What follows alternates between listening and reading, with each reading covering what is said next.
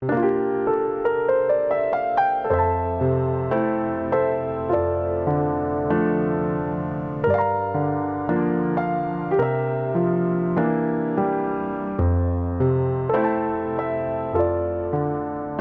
buenas tardes, en nombre del Instituto Veracruzano de la Cultura les doy una cordial bienvenida esta tarde a la Pinacoteca Diego Rivera de Jalapa, que nuevamente abre sus puertas ahora con una espléndida exposición dedicada a la obra del maestro Elio Flores. Maestro, muchas felicidades, bienvenido, muchas gracias por compartir con nosotros su trabajo. Nos acompaña también Patricio Ortiz, mejor conocido como Patricio Monero, también una destacada figura en el ámbito del periodismo, de la narrativa gráfica, de la caricatura.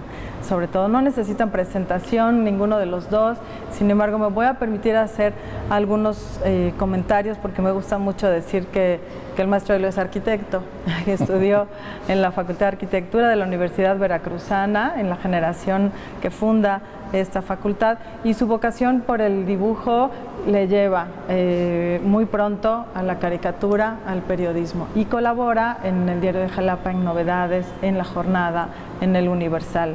Desde hace muchos años hace una caricatura cada día y lo sigue haciendo.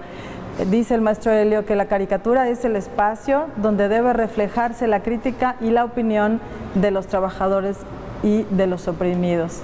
Desde entonces, pues con esa premisa realiza su trabajo, un trabajo que nos ubica, maestro, en un punto de reflexión y que nos permite con este humor enfrentarnos con la dura realidad de nuestro país y del mundo en general, ¿no? El maestro Elio recibió varios reconocimientos, entre ellos el Premio Nacional de Periodismo en varias ocasiones, y su trabajo fue también reconocido internacionalmente. Ganó el Grand Prix del Salón Internacional de la Caricatura en Montreal, Canadá, y algunos de sus trabajos se exhiben en el Museo Internacional del Humor Gráfico en Suiza. Ha publicado, por supuesto, varios libros, y hoy nos acompaña este libro, El Hombre de Negro, publicado por el Fondo de Cultura Económica, que lo vamos a tener aquí en la Pinacoteca Diego Rivera a la venta, y que lo encontramos también en esta nueva librería Educal que estamos estrenando en Jalapa, ubicada en el Centro Recreativo Jalapeño, que lleva el nombre de Manuel Maples Arce. Ahí están estos libros, y vamos a encontrar también Patatús, una serie preciosa. Entonces, bueno, yo quiero invitarles a que visiten esta exposición. Mencionar también que es una exposición curada por Rafael Barajas, el Fisgón, que no nada más es monero, sino también historiador, activista, y una figura fundamental también, yo creo, en la historia actual de nuestro país. Agradecer a Enoc de Santiago, director del Estanquillo, con quien hemos establecido una colaboración. En 2019 presentamos también colección del Estanquillo, de las colecciones de nuestro querido Carlos Monsiváis. La exposición de Rius, una retrospectiva, también un homenaje, y ahora contamos con esta colección de caricaturas de Elio Flores, una retrospectiva de varias épocas, donde además también podemos ver la pintura, algo que no habíamos visto, que nos ha sorprendido gratamente. Patricio Ortiz tampoco necesita presentación, pero bueno, sí mencionar su trayectoria, que ha sido igualmente reconocida con el Premio Nacional de Periodismo, el Premio Nacional de Caricatura, y es autor de una serie de libros, México antes de ser México. Es el más reciente proyecto que ha iniciado, igualmente inspirado, yo creo, Patricio, por la escuela de Rius y del maestro Elio, ¿no? Donde contamos la historia desde la caricatura, desde la gráfica y desde el humor. Patricio ha colaborado en el Chahuistle, donde inicia su carrera, de la que fue cofundador, y ha publicado las historietas Los Miserables, la corporación, el nuevo Bulgarús, Hombre Man y la enchilada completa. Ha colaborado también en el Chamuco y los hijos del Averno, donde también sigue colaborando con este grupo de moneros que tienen origen en Jalapa, ¿no? También Rapé Monero Él es de Veracruz. Es de Veracruz. Y bueno, pues una ciudad prolífica en talento, en creadores. Entonces, muchas gracias, Patricio, por acompañarnos. Y, maestro, pues muchas felicidades. Aunque no le guste, yo le expreso el reconocimiento desde la institución que ahora represento. Nos da muchísimo gusto poder compartir con el público esta exposición y pues invitar a que nos visiten. Queremos volver a verlos en la Pinacoteca Diego Rivera, en el corazón de la ciudad, JJ Herrera número 5. La exposición estará abierta de miércoles a domingo, de 11 de la mañana a 6 de la tarde, durante los próximos meses. Muchas felicidades, Patricio, también por el estreno de esta serie. Esperamos que también en los espacios del IBEC lo puedas presentar. Claro que y sí, gracias. Pues muchas gracias. Gracias. Reciba todo mi reconocimiento. Muchas gracias. Mi cariño, nos da mucho gusto tenerlo aquí. Muchas gracias. Sean todas y todos bienvenidos.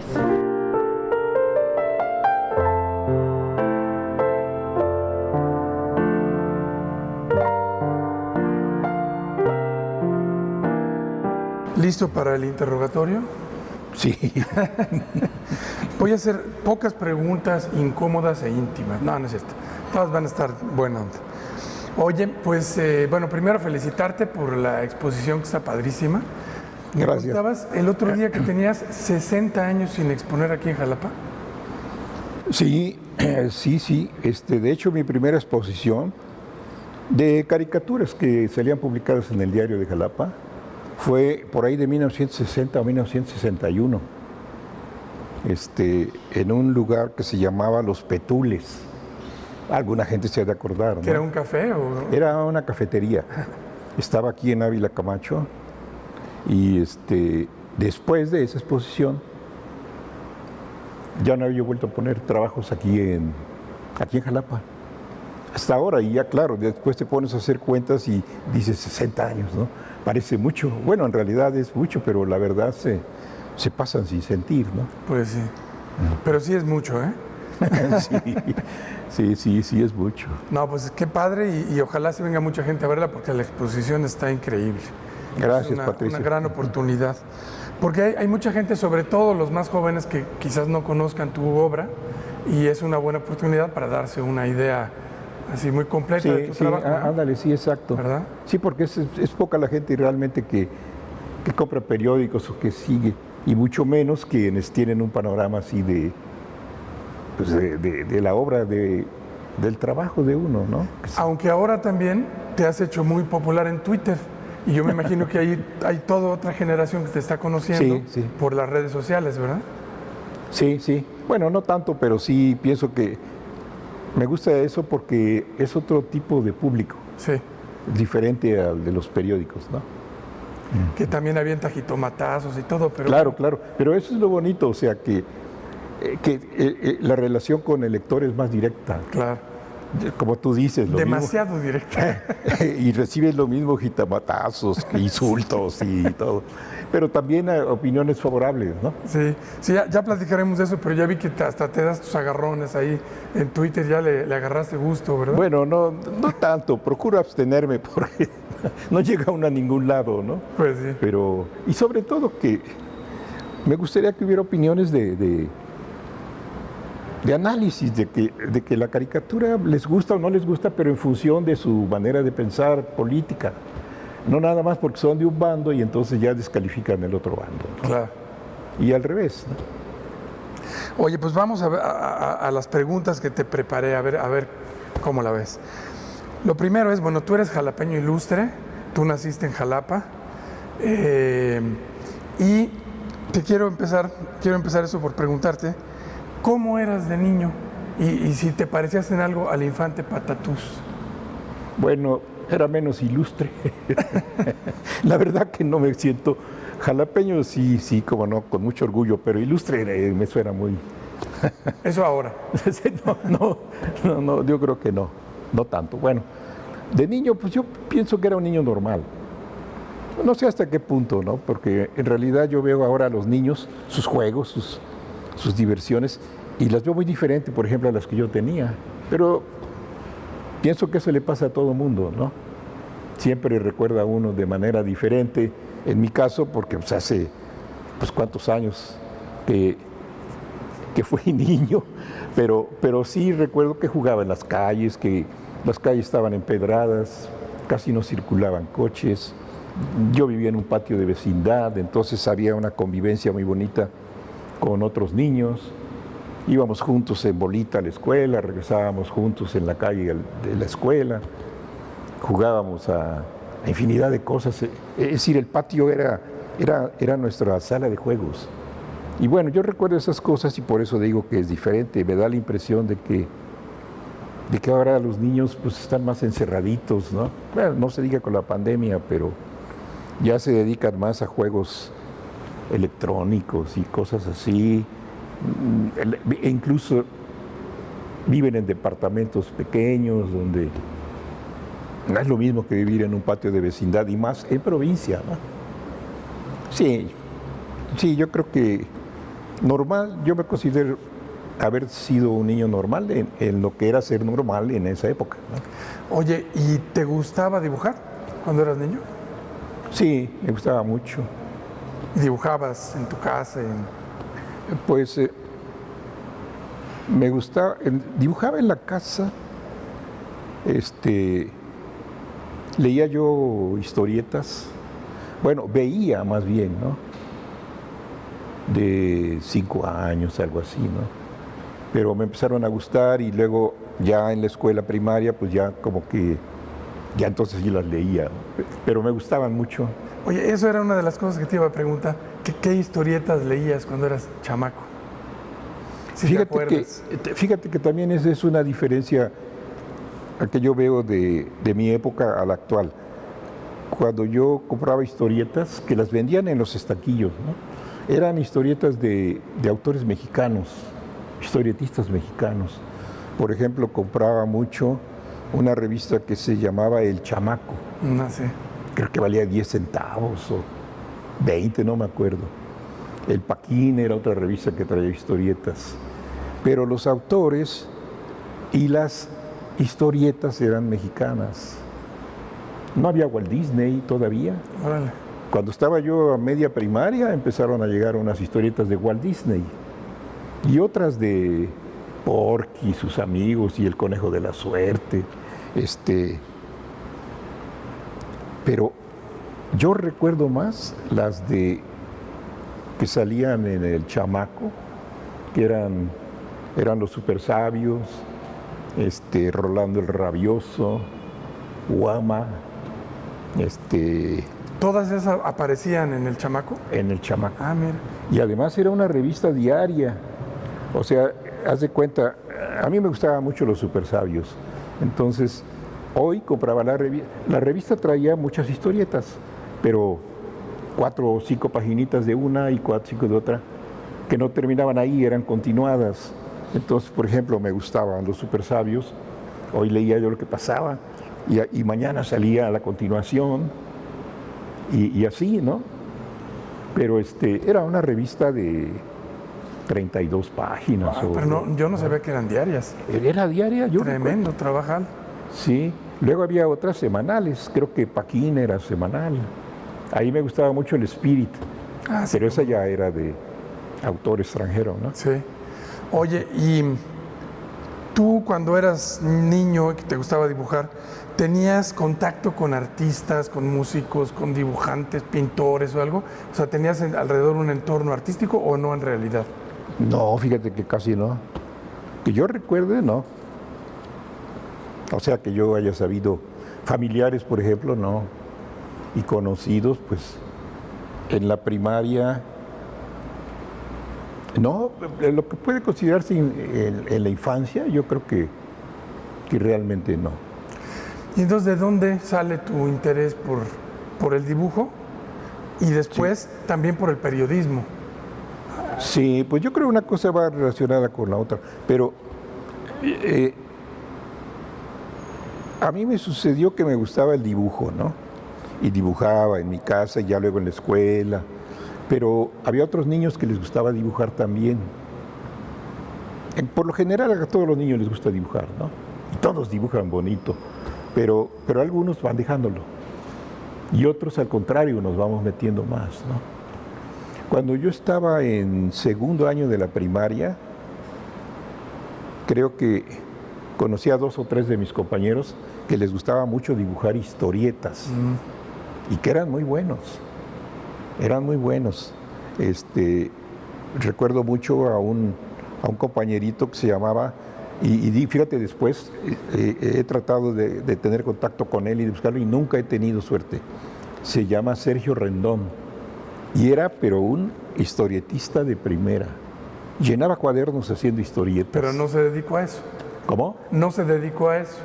Pues es lo que yo hubiera querido averiguar después, porque le perdí la pista a media primaria, se fue a estudiar a México y ya después no tuve oportunidad de contactarlo. Ya más adelante quise contactarlo, pero lo busco y no lo encuentro para nada, no hay rastro de él. Y era muy buen historietista. Y yo creo que él influyó mucho en muchos de nosotros, ¿no? Porque en el recreo no salíamos a jugar, nos quedábamos en su pupitre para que nos explicara su historieta. Qué padre. Era muy bueno, sí. Oye, ¿y cómo entonces pasas de ser un niño y un muchacho que le gusta dibujar a publicar en el Diario de Jalapa, que en ese entonces me imagino que era, si no el único periódico, pues sí, el más importante de la ciudad, ¿verdad? Era el único, sí. Bueno, había 2 o 3 por ahí, pero el único que era el Diario de Jalapa tenía 4 páginas. Entonces los otros tenían una, ¿no? Claro. Pero cuando yo estaba en la secundaria, vi que anunciaban que solicitaban dibujantes para las calaveras. Y me llamó la atención y dije, pues, se refieren a mí seguramente, ¿no? Bueno, total que sí llevé unos dibujos y les gustaron algunos. Me compraron 3. 10 pesos por los 3. Que era un dineral, ¿no? No, y más que un dineral, era mi consagración. Iba yo por el camino correcto.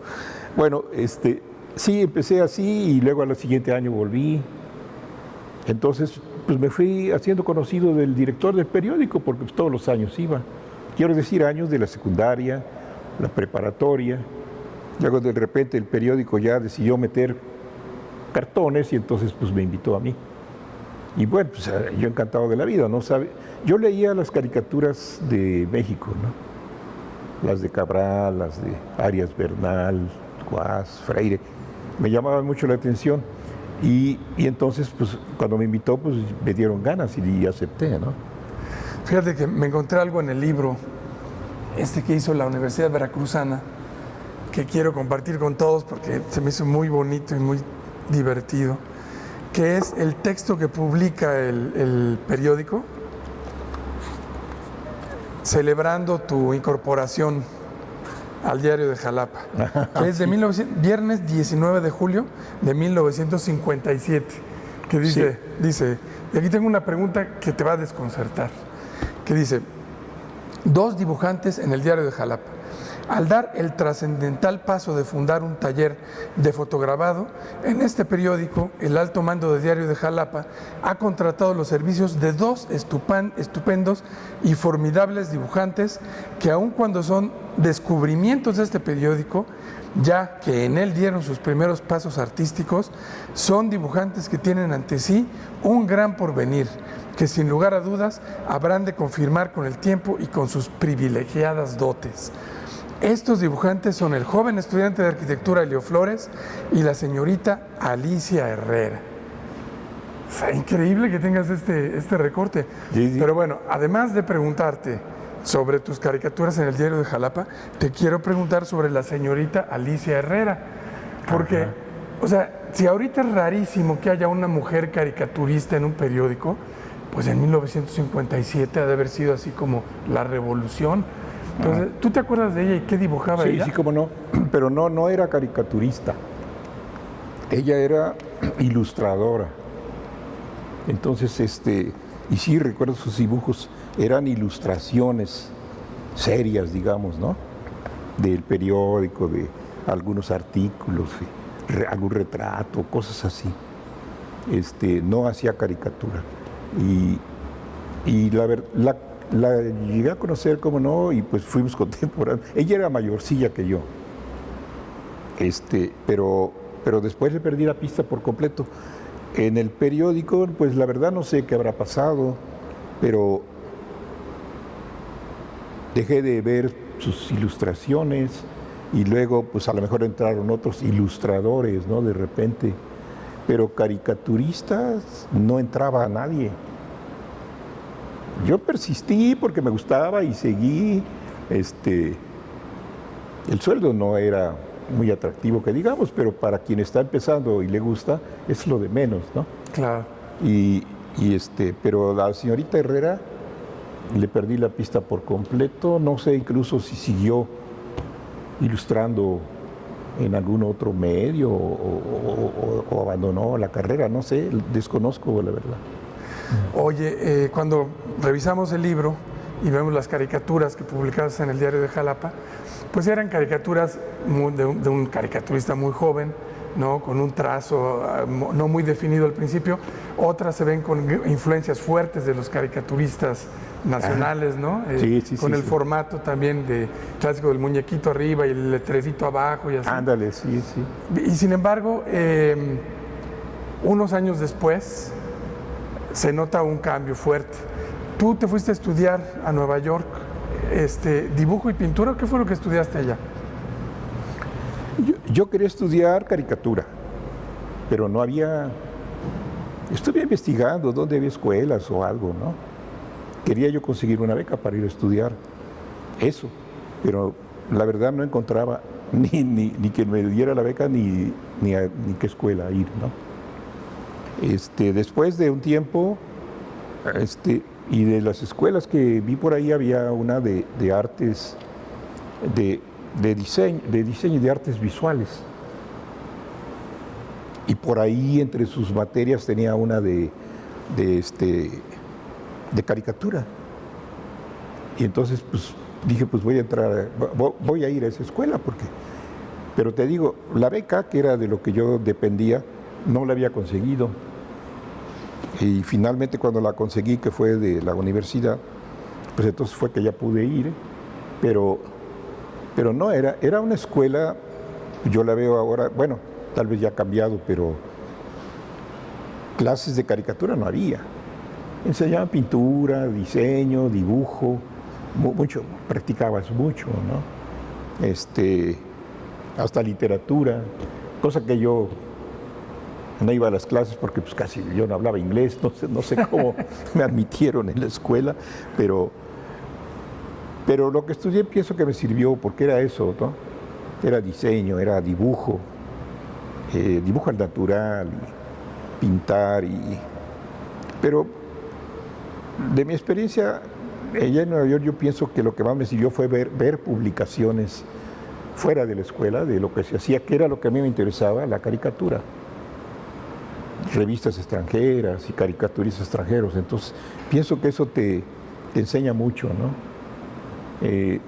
Ahora ya es más fácil conseguir libros de caricaturistas extranjeros, aquí en México, aquí mismo en Jalapa, ¿no?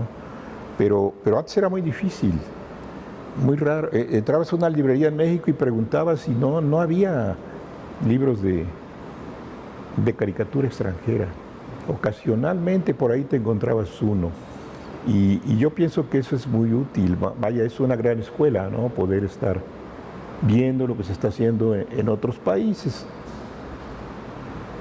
Pero en fin, ¿no? Eso fue. Entonces en Nueva York no solamente recibiste o adquiriste una formación de dibujo y de pintura, sino también fue como una ventana a lo que se estaba haciendo en todo el mundo, ¿no? Sí, ver lo que se estaba publicando.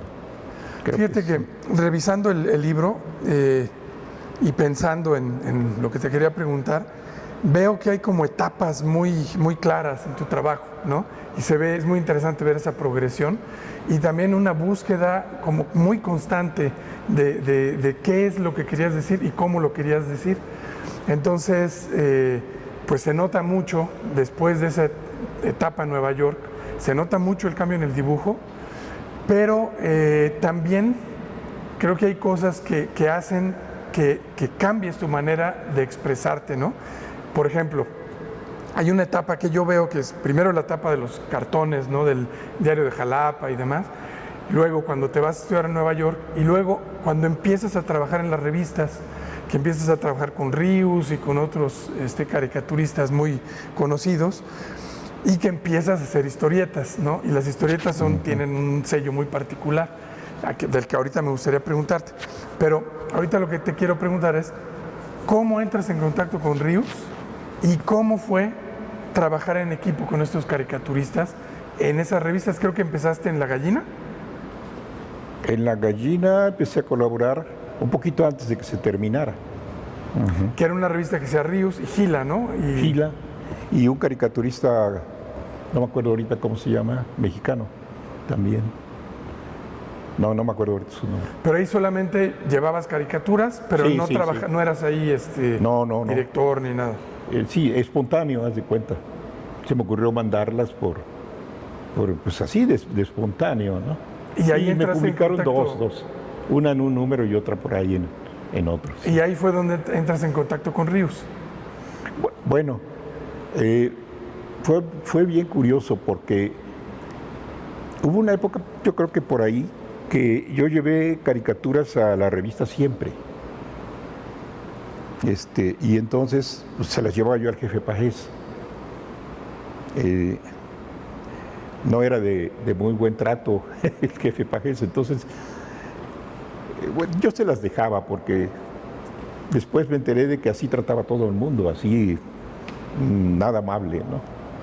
Un poquito. Incluso hubo algunos moneros, colegas que me platicaron que le llevaban dibujos y les hacía así, los tiraba ahí, ¿no? Los míos no llegó a tanto, pero sí, no. Me decía, déjalos ahí, ¿no? Y ahí los dejaba. Y así y le volvía a llevar, pero no los publicaba. Y entonces ahí fue donde los conoció Rius, porque Rius era colaborador de Siempre. Y entonces ahí dice que los vio y le gustaron. Y luego Rius se hizo cargo de un suplemento humorístico en la revista Sucesos. Fue cuando hizo el mitote ilustrado. Y entonces me mandó una carta, porque como tenía ahí mi dirección y no sé. ¿Tú estabas en Nueva York? No, estaba yo a punto de irme. Ok. A punto de irme porque justamente la recibí todavía aquí en Jalapa, pero ya te digo, a punto de irme, y donde me invitaba a colaborar y me contaba la historia que los había visto ahí en el escritorio del jefe Pajés. Y le habían gustado y dijo, pues aquí hay un colaborador en potencia, ¿no? Y entonces me invitó, y ya después, ya que ya me había ido, ya le contesté y le empecé a mandar cosas precisamente de allá de Nueva York. Se me ocurrían así cosas de la Estatua de la Libertad, y además así en ese estilo de varios cartones, de un tema, ¿no? De humor sobre todo, ¿no? No eran nada políticos, y que tenían, por ejemplo, mandaba una serie sobre la Estatua de la Libertad, otros de los puentes, otro del metro. Aquí todavía no había metro en México, ¿no? Y así fue mi relación, pero de trabajo. Ya después, cuando regresé, justamente fue cuando ya nos conocimos personalmente. Y cuando se conocen personalmente, él te invita, o cómo surge la idea de la garrapata. La garrapata nace en el 68, ¿no? Sí. ¿Después del octubre o antes del 2 de octubre? El primer número salió despuesito de octubre. Pero los preparativos y todo, la idea y todo fue en el año del 68. Precisamente por la necesidad de publicar algo, porque los medios normales estaban cerrados para la caricatura crítica y sobre todo para tratar temas así de ese tipo, ¿no? Del movimiento estudiantil. Pero el primer número debe haber salido por ahí de noviembre o a principios de 89. Poquitito después de... Sí, pasandito. Es más, el primer número trae temas del 88. Del 68. Del 68, sí. Oye, y esa revista la hacen con Mendizábal, que era el editor de Los Agachados, Exacto, ¿verdad? sí. O sea que Ríos, en sus tiempos libres, además de ser Los Agachados, hacía La Garrapata con ustedes. Sí, ¿verdad? y otros 30 libros. Qué bárbaro. Sí, trabajaba mucho el maestro Ríos. Oye, y en La Garrapata, la primera época eran Ríos y tú, ¿y Naranjo, quién más? Naranjo, AB. AB, eran los cuatro Éramos los cuatro, sí. directores. Codirectores. Que eran codirectores y se alternaban, ¿no? Para dirigir la revista. Exacto. Y aquí viene una pregunta indiscreta. ¿Cómo funcionaban? Yo tengo, la experiencia de haber trabajado en El Chamuco muchos años, de que la dirigíamos varios moneros y nos divertíamos como enanos haciendo la revista. ¿Ustedes les pasaba lo mismo? Sí, claro, sí. Sí, cómo no. Nos divertíamos mucho. Casi que la revista era el pretexto para convivir y estar juntos, ¿no? Pues así fue como nació la revista, porque nos reuníamos en la casa de Ríos, en la casa de Naranjo, allá en México. Recuerdo mucho porque nos poníamos a jugar lotería con frijolitos. pero era bueno, no sé, era muy, muy divertido, porque claro, nos estábamos tomando nuestro tequilita, ¿no? Pero jugando damas chinas, O sea, era reunión social que derivó en revista. Sí, y en el ambiente sí, como si estábamos bromeando y opinando y diciendo, dijimos, ¿por qué no hacemos una revista? Ríos creo que fue el de la idea, ¿no? Que además era el de más experiencia. De los cuatro era el único que realmente sabía lo que era hacer una revista. Ya. Los otros tres, ninguno habíamos tenido esa experiencia. Pero así fue como nació, y sí, como tú dices, con los chamucos, así nos la pasábamos, muy divertidos, y tú qué opinas, y tú qué sugieres, y qué tal, y quítale, y ponle, y bueno. Sí. Oye, y en La Garrapata, en esa primera época, tú publicabas una historieta que se llama Los Garrapatos, de la cual sí. hay tenemos varias muestras de esa historieta, y ahí es donde nace el Hombre de Negro como un personaje de Los Garrapatos, ¿verdad? Sí. Ajá. Ahora, hay algo que a mí me parece muy, muy interesante, que es cuando vemos las primeras historietas de Los Garrapatos, la historieta es una historieta llena de diálogos, ¿no? O sea, es una historieta con personajes que hablan, que platican, una historieta muy extraña, ¿no? Sí. Porque hay una búsqueda muy interesante gráfica en donde los globitos de la historieta están para arriba y para abajo y el mono se mete entre los globitos. Ajá. O sea, hay una búsqueda gráfica muy interesante, pero descansa mucho en los textos. Y al pasar de los años, llegamos a las historietas del Hombre de Negro, en donde no hay una sola palabra, donde todo descansa en el dibujo. Y creo que esa es una búsqueda tuya de mucho tiempo, ¿no? Sí. Igual que con los cartones políticos, así, ha sido el mismo caminito más o menos. Que tú dices en alguna de las presentaciones de los libros que para ti la mejor caricatura es la que no tiene texto, que lo dice todo en la imagen, ¿verdad? Bueno, no, yo no diría que la mejor, pero sí de preferencia, digo yo, ¿no? La que más te gusta a ti. Sí, la que más me gusta a mí, porque pienso que es el impacto más directo y ya, vamos, no tienes que estar leyendo, aunque el texto sea breve, ¿no? Pero sí tienes razón, esas historietas primerizas tenían mucho texto, mucho. Oye, incluso hay una cosa que me pareció muy interesante en el prólogo del Hombre de Negro, que cuenta Ríos que tenían ustedes un debate ahí al interior de La Garrapata de cómo debería de ser la historieta, que Ríos él sostenía que tenía que ser muy clara y que muy fácil de leer, y tú sostenías que había que exigirle al lector que participara en descifrar la historieta, ¿no? Cuéntanos un poquito de este debate que tenían. Sí, bueno, Ríos tenía más experiencia, él ya tenía su historieta de los supermachos, ¿no? Que tenía mucho éxito, sigue teniendo mucho éxito, y que su manera de pensar era que debía ser, para empezar, me decía él, es que el personaje tiene que ser simpático, agradable, ¿no? representara algo así. Y yo decía, pues sí, pero no me sale, ¿no? Y luego decía, y más corta, porque, bueno, es que la revista tenía 32 páginas y éramos 4, entonces a cada uno nos tocaba llenar 8 páginas.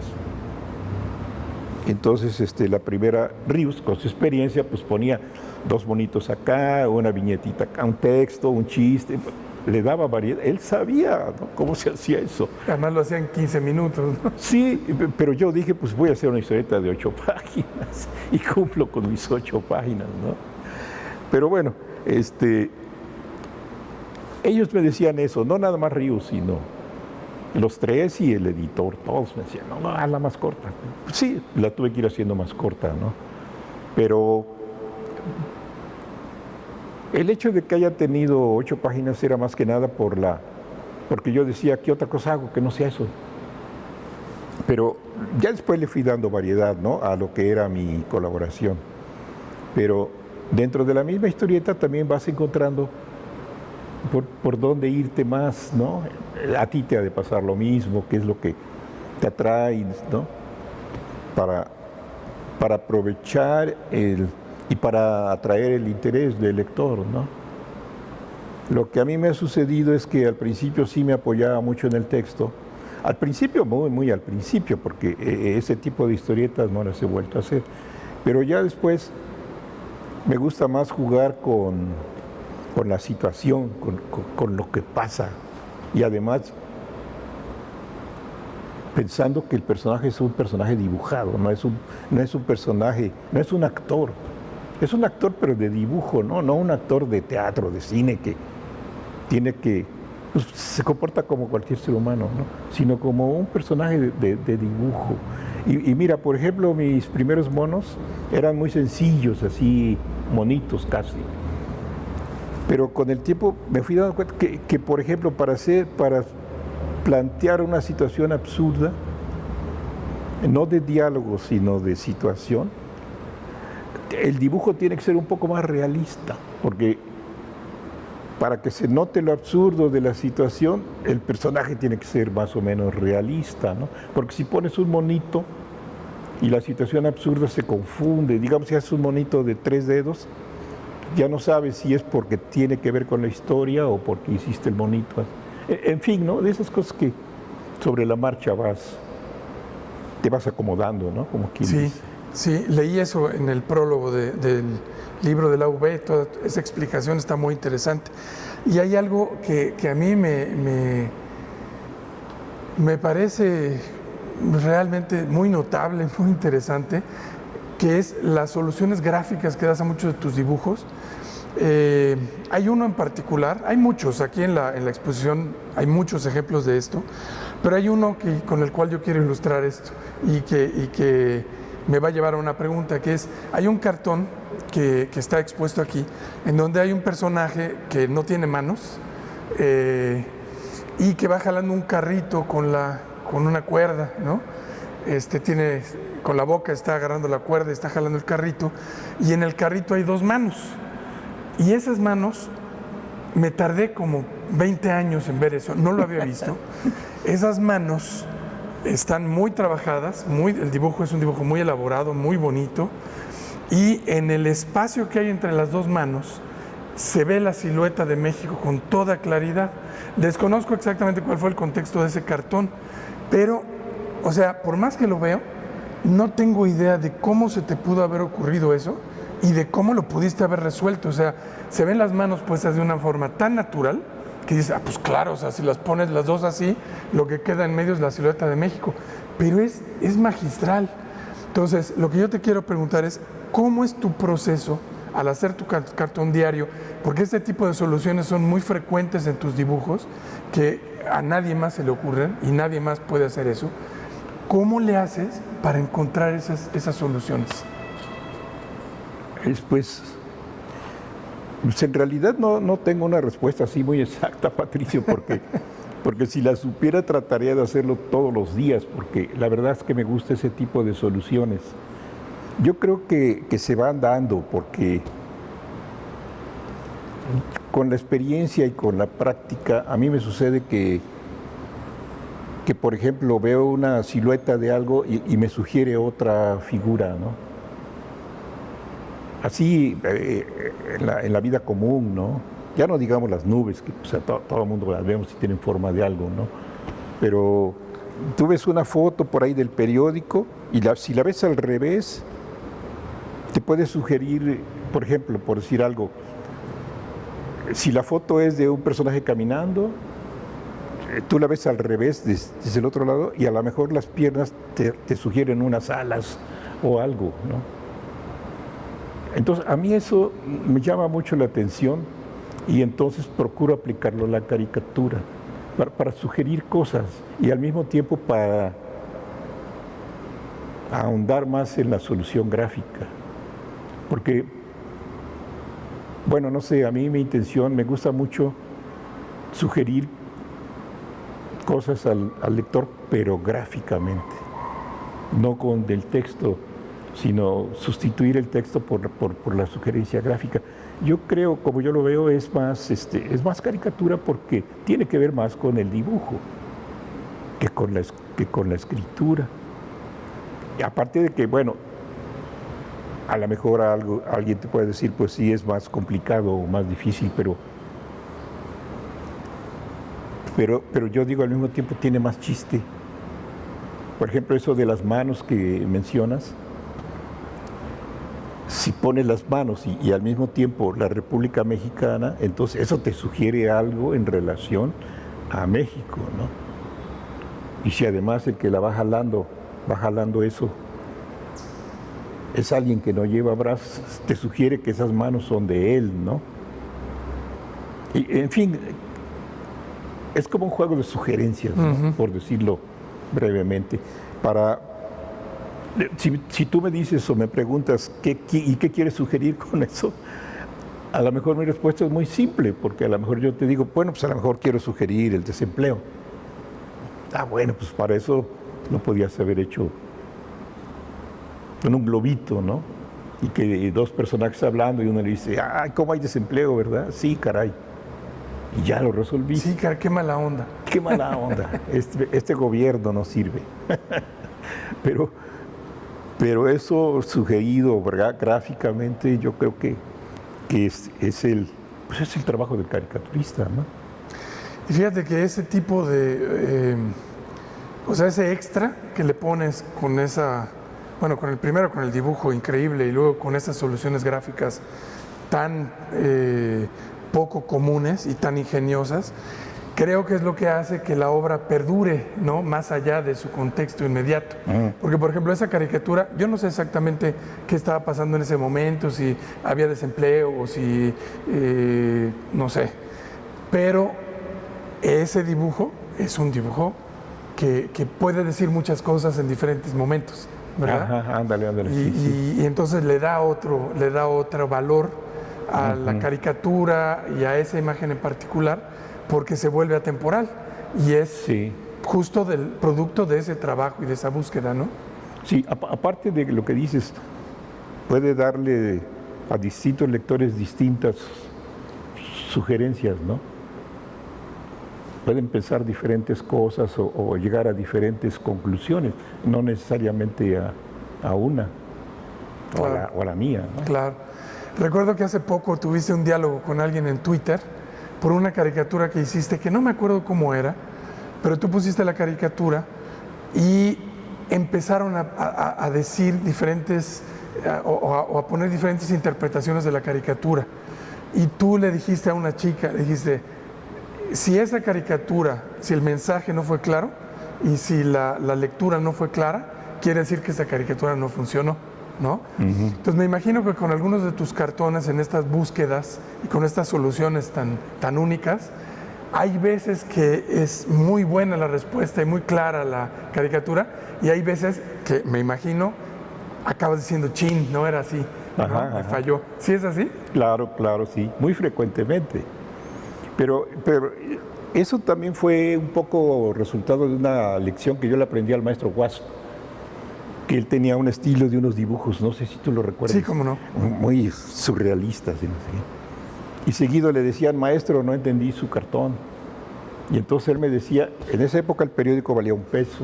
Entonces él decía, tenga usted su peso, le devuelvo su peso. O sea, como diciéndole, para que no pierda usted su dinero, vamos, la caricatura no funcionó, hice una compra que no me sirvió, ¿no? Por lo menos en lo que cabía su caricatura, decía, no, pues si no le entendió, le devuelvo su peso. Y entonces yo digo, si no le entendió, pues es pues, normal, puede ser que no. A veces que ni yo mismo los entiendo, finalmente, pero quiere decir que fue una mala caricatura, si no tiene un entendimiento o está confusa, ¿no? Oye, Elio, ¿cuántos años tienes de trabajar como caricaturista? Pues hace rato platicábamos desde el diario de Jalapa, pues como 60 años. 60 años. De hecho, fíjate, si mi iniciación fue en el 57, 60 serían 40, 63 años. 63 años, o sea, llevas como 10 sexenios, como 10 presidentes que han pasado, ¿no? En ese tiempo, un poquito 9 quizás. Pues por ahí sí. Y aquí viene algo interesante a lo cual todos nos hemos enfrentado. 9 de esos presidentes eran presidentes del PRI y del PAN, y tú eras claramente un caricaturista de oposición, que incluso, si no recuerdo mal, hasta militaste en un partido de oposición con Alberto Castillo, ¿no? En el PMT. Unos 2-3 meses nada más. Pero ahí estuviste, o sea, tú eras caricaturista de oposición. Y de repente cambia todo y gana un presidente con el cual, si no me equivoco, pues en lo general estás de acuerdo, ¿no? Me imagino que tú, como yo, votaste por él, que muchas de las cosas o algunas de las cosas que hace, pues estás de acuerdo con eso. Y sin embargo, bueno, primero, antes de que entre yo a las preguntas más concretas, te quiero preguntar cómo te sentiste con ese cambio y si te llevó a cuestionamientos de tu propio trabajo. Pues sí, cómo no, sí. No sé si nos sucedió a todos, a mí sí me sucedió, pero como acabas de decir, si tengo 60 años más o menos de hacer caricatura y me han tocado 10 presidentes o algo así, a mí no me tocó Lázaro Cárdenas. Entonces todos ellos eran o priistas o panistas. Y lo normal era que fueran corruptos. Ellos decían otra cosa, ¿no? Pero que fueran corruptos, que se endeudaran al país, que los sindicatos fueran charros, que, en fin, que la situación del país cada vez estaba peor, económica y en todos sentidos. Y entonces era normal que para el caricaturista, era normal hasta cierto punto, era normal hacer crítica, digamos, del presidente para abajo. Digo normal hasta cierto punto porque los medios no eran, digamos, normales en ese sentido. Porque para ellos el presidente que les daba gran cantidad de dinero era el mejor presidente de México en ese sexenio. Al siguiente sexenio era el siguiente. Y ellos, los medios, gozaban de gran dinero. Era una vida ideal económicamente para ese tipo de periodismo. Los lectores, ¿qué recibían los lectores? Pues que el presidente era el mejor del mundo. Los caricaturistas, que nuestro papel era criticar y ver lo que estaba mal o no, nos censuraban. Bueno, para no ir muy lejos, en mi caso en el Universal, yo tengo en el Universal como 40 años, entonces me han tocado todos esos presidentes, menos los últimos 3 años. En esos 40 años, el Universal estaba dentro de lo normal de los medios. El presidente era el mejor del mundo. Yo, con mi trabajo, era la oveja negra del periódico. Bueno, y Naranjo, Estábamos juntos en esa ocasión. Íbamos contra la corriente. Nos censuraban. Yo no sé hasta qué punto nos mantuvieron como colaboradores por nuestro trabajo o por qué, porque en mi caso yo he sabido que en la época de la Madrid, que creo que era secretario de Gobernación Bartlett, pues pedían que me sacaran del periódico. Y cuando un funcionario de ese nivel pedía eso al periódico, pues quitaban al reportero, al fotógrafo, al caricaturista. Pero en mi caso no me quitaron. Pero yo creo que los funcionarios hubieran querido que me quitaran, y a Naranjo también. Entonces, digamos, en el contenido del periódico, y creo que de la mayoría de los periódicos, el 98% eran gobiernistas, grandes millones recibían, y tenían 2 o 3 colaboradores criticando, ¿no? En el caso de los caricaturistas, en mi periódico, en el Universal, pues éramos 2, ya luego Naranjo se salió, pero yo seguí, pero en contra, digamos, del contracorriente, del 99% del contenido del periódico. Eso 37 años. Los últimos 3 ya cambió la situación. El periódico es otro. Digo cambió porque realmente hubo un cambio, no estoy diciendo que ya estamos en el paraíso, ¿no? Pero sí cambió la situación. Cambió la situación. Por lo menos los periódicos ya no reciben esos millones. El presidente actual ya no es el mejor presidente de México. Ya es el peor. Los periodistas se volvieron críticos. Es el peor. Y entonces, el 98% de colaboradores de ese periódico que antes alababan al presidente, incluyendo columnistas, reporteros, fotógrafos, todo, ahora es al revés. Ahora ese 97% están en contra del presidente.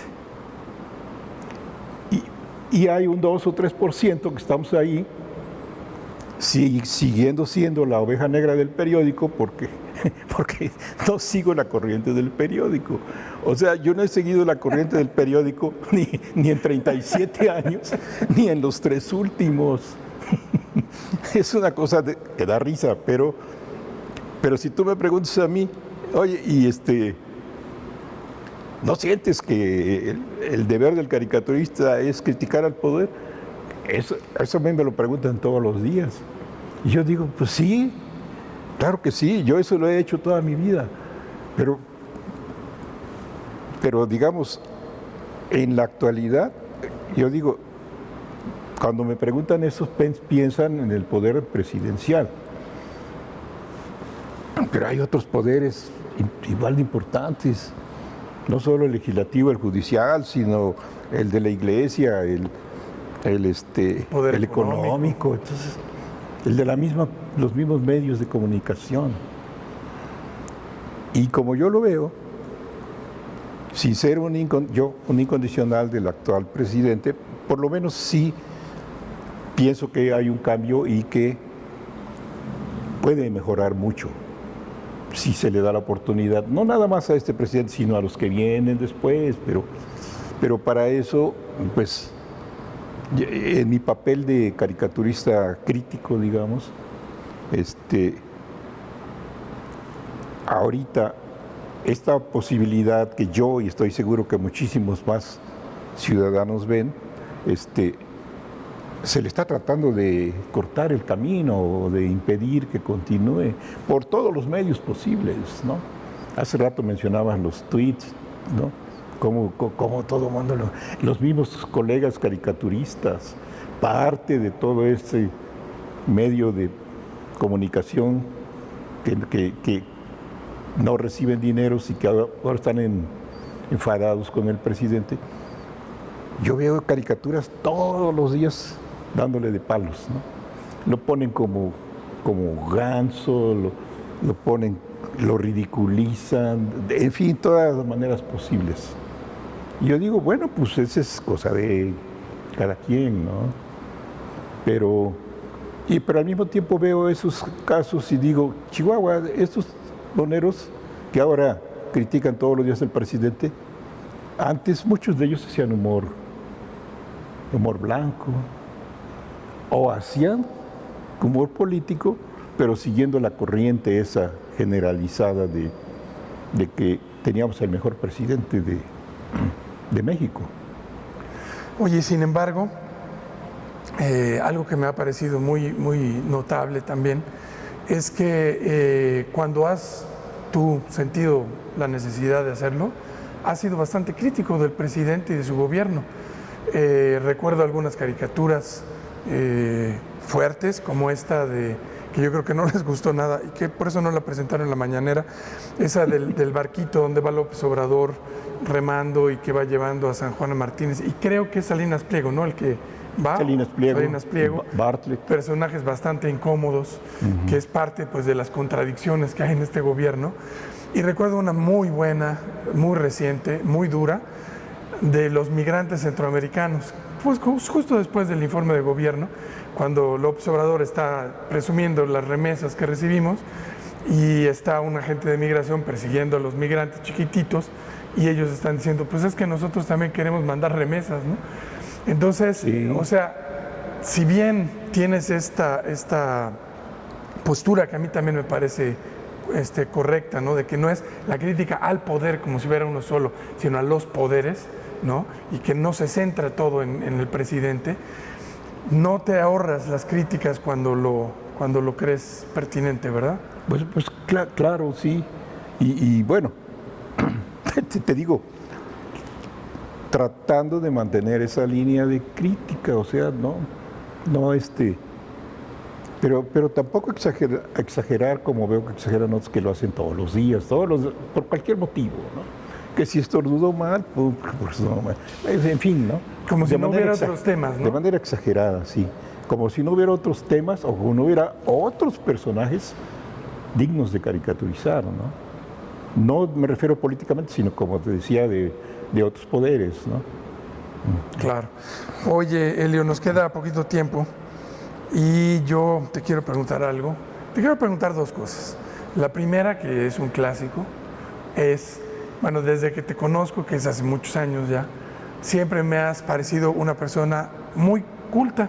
O sea, que siempre estás muy al corriente de lo que pasa en el mundo, no nada más en política, sino en general, en el mundo de la cultura. Entonces te voy a hacer la pregunta que quizás no te debería de hacer. No, sí te la voy a hacer. ¿Cuáles son los 3 libros que marcaron tu vida? Pues uno es La silla del águila o El águila de la silla, ¿cómo es? ¿Tú también? No,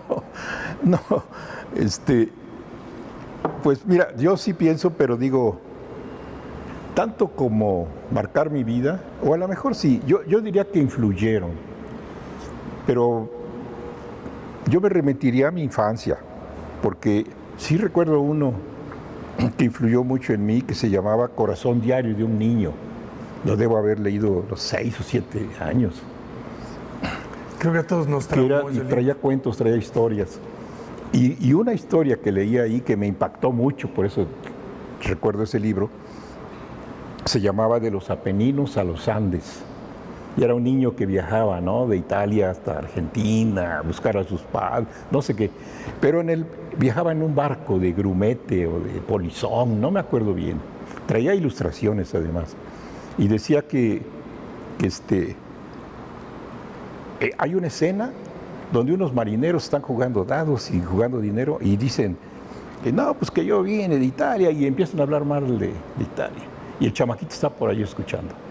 Y entonces el chamaquito, le habían dado unas monedas al chamaquito antes. Y entonces cuando el niño oye eso, encara a los marineros y les arroja las monedas. Y dice, yo nunca recibo dinero de los que ofenden a mi patria. Yo tenía como 6 años, hasta la fecha sigo impactado. Pues. Y entonces te digo, ese libro yo te mencionaría como uno de los que me impactó. Otro, bueno, que sí era muy de leer, era de Salgari. Ah, cómo me gustaban los libros de El Corsario Negro, de Sandokan. También de la misma, bueno, un poquito después, ¿no? En la primaria. Pero esos libros sí me impactaron mucho. Y más recientemente, fíjate una cosa, yo digo, pues sí, como uno está relacionado a la caricatura y a lo gráfico, esas cosas me impactaron no solo por lo que decían, sino por los dibujos que traían, las ilustraciones. Y ya, digamos, de otro tercer libro que te mencionaría es uno de Steinberg, que pues, lo debo haber comprado ya cuando ya yo de adulto, ya siendo caricaturista, pero que sí me impactó mucho por su calidad de sus caricaturas, su estilo, todo, en fin, ¿no? Por algo es el maestro de la caricatura mundial, ¿no? Y los libros esos que te mencioné son tres, pero más que nada son gráficos. Bueno, los de Salgari no tanto. Ya de literatura, sí me gusta mucho leer y leer novelas sobre todo, las disfruto mucho.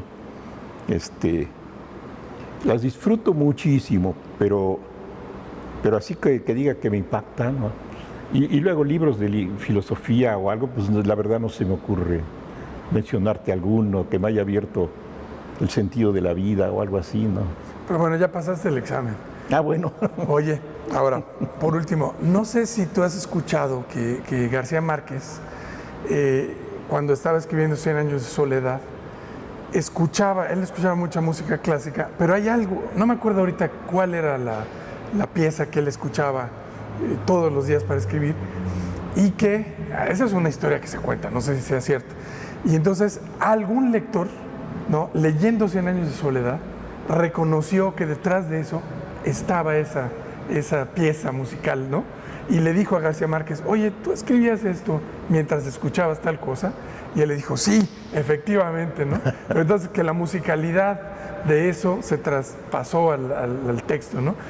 ¿A ti te gusta escuchar música cuando dibujas? Sí, cómo no, sí. ¿Y qué es lo que te gusta escuchar? Pues de preferencia jazz. También me gusta escuchar música clásica, pero escuchar es un decir, porque digamos, cuando estoy trabajando, ¿no? Porque lo pones como fondo y en determinado momento estás más atento a lo que estás haciendo que a la música, ¿no? Pero eso no quiere decir que no esté ahí la música y que además, si no estuviera, digamos, acorde con lo que estás haciendo, lo notarías y le cambiarías o la quitarías, ¿no? Entonces, por eso me gusta a mí el jazz, porque como que te pone en ritmo. Yo así lo siento, ¿no? Te pone en ritmo y como que para dibujar vas formando parte del grupo de jazz que estás escuchando, ¿no? Algo así. Me imaginé que eras jazzero. Sí, me encanta, y el blues, ¿no? Pues la gente podrá venir a ver las caricaturas. Ojalá. Y podrá a lo mejor identificar, ¿no?, en dónde estabas oyendo a John Coltrane, dónde estabas oyendo a Miles Davis, ¿no? Eso puede ser un buen ejercicio. Ojalá. Pues Elio, creo que terminamos. Muchas gracias por la entrevista. Estuvo gracias a ti. Muy buena la historia y la platicada. Me gustó mucho. Y ojalá no pasen otros 60 años antes de que vuelvas a exponer. Esperemos que ya vamos a estar muy viejitos. Esperemos que no. Gracias, Patricia. Al contrario, Elio, un gran placer. Pues hay que venir a ver la exposición.